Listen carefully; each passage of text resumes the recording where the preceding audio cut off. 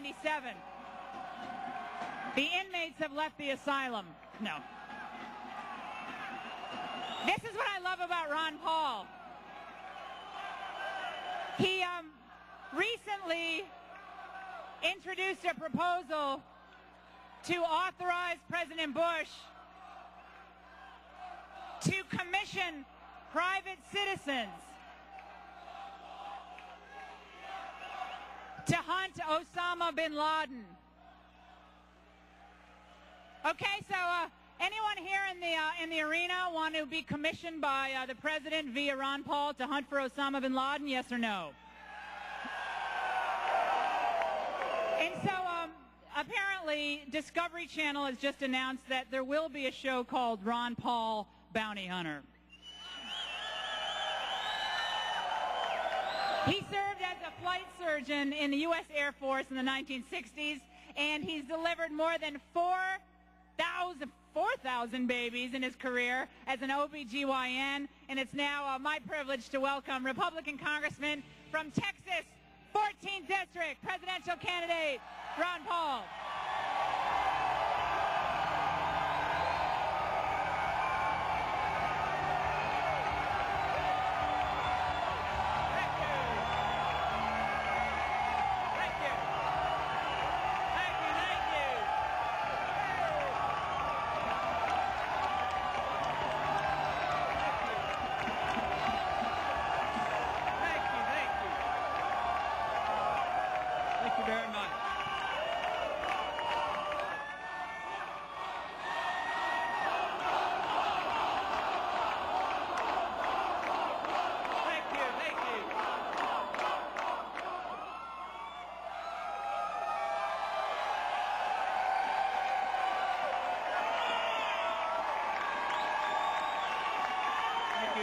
Thank you. What a delight, and thank you for that very healthy, energetic welcoming. Thank you, thank you.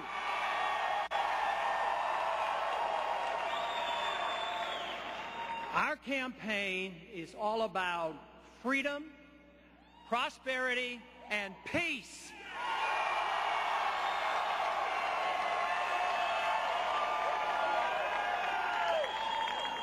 But the one thing we have to remember is you cannot have freedom without life. We must preserve all life if we expect to protect the individual liberty of each and every one of us. And that means the unborn as well.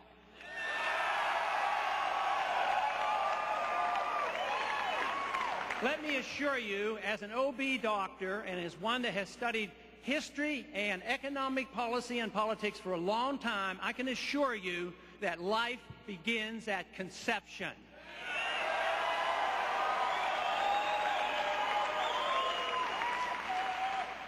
Life begins at conception, and as an OB doctor, I had the legal responsibility of taking care of that life. If I did anything wrong, I could be sued. If anybody's in an accident and a fetus is killed, they can be sued. If in a violent act a fetus is killed, you can be charged with murder. There is no reason in the world that this government can't protect life rather than the destruction of life like they do when they finance abortion. That has to stop.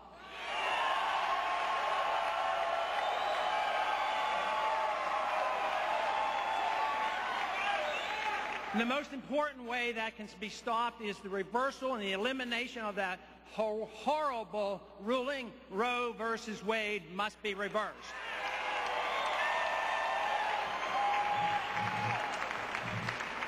I am an advocate, a very strong advocate, of following very strictly the rule of law, the Constitution of the United States.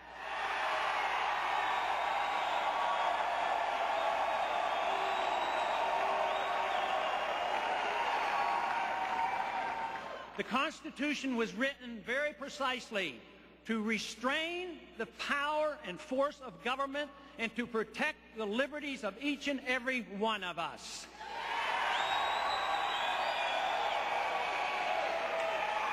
But there are a few very, very important responsibilities of the federal government. One is to provide for a strong national defense. Unfortunately, we have allowed our defense to slip We are now overreached and we have been weakened. We have a terrible problem to deal with the threat of terrorism, and we are not handling that well. There has to be a better understanding of the cause of terrorism so that we can deal with this serious, serious problem. I think 9/11, quite frankly, could have been prevented if we had had a lot more respect for the Second Amendment.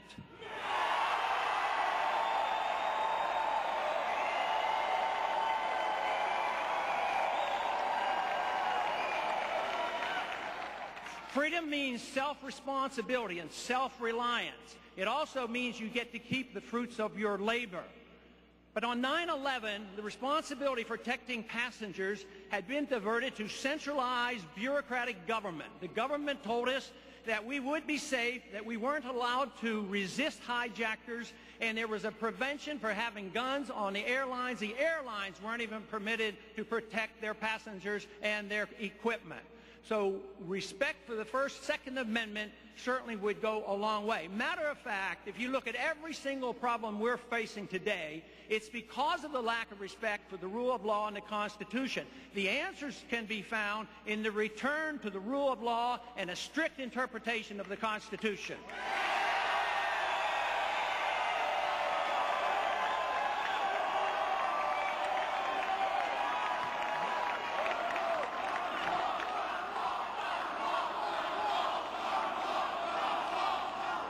Liberty means that we have freedom of choice.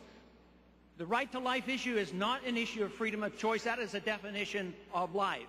But as individuals and as families and communities, we should have freedom of choice. One of the most important choices that we should have, and we're allowing it to slip away, is the freedom of choice to educate our system, our children. What we need is a restatement so make sure that homeschoolers and private schools are never attacked by our government.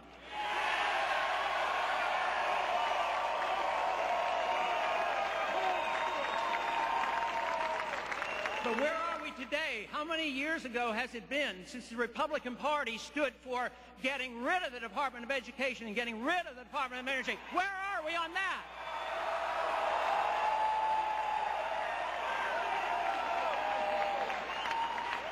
We have allowed our nation to be overtaxed and overregulated and overrun by bureaucrats. The founders would be ashamed of us for what we're putting up with.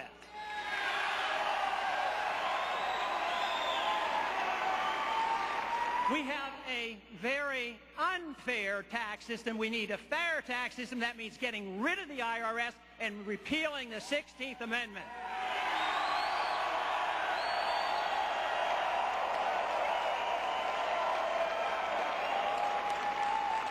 A strong national defense means that we have an understanding of national sovereignty. That is slipping away from us today. The neoconservatives have taken over for the traditional conservatives, and they do not have the respect for our national borders that they should. We do not any longer have national sovereignty. We have referred too much to the United Nations, the IMF, the World Bank, and the WTO, the NAFTA and the CAFTA agreements, and they should not be part of our system.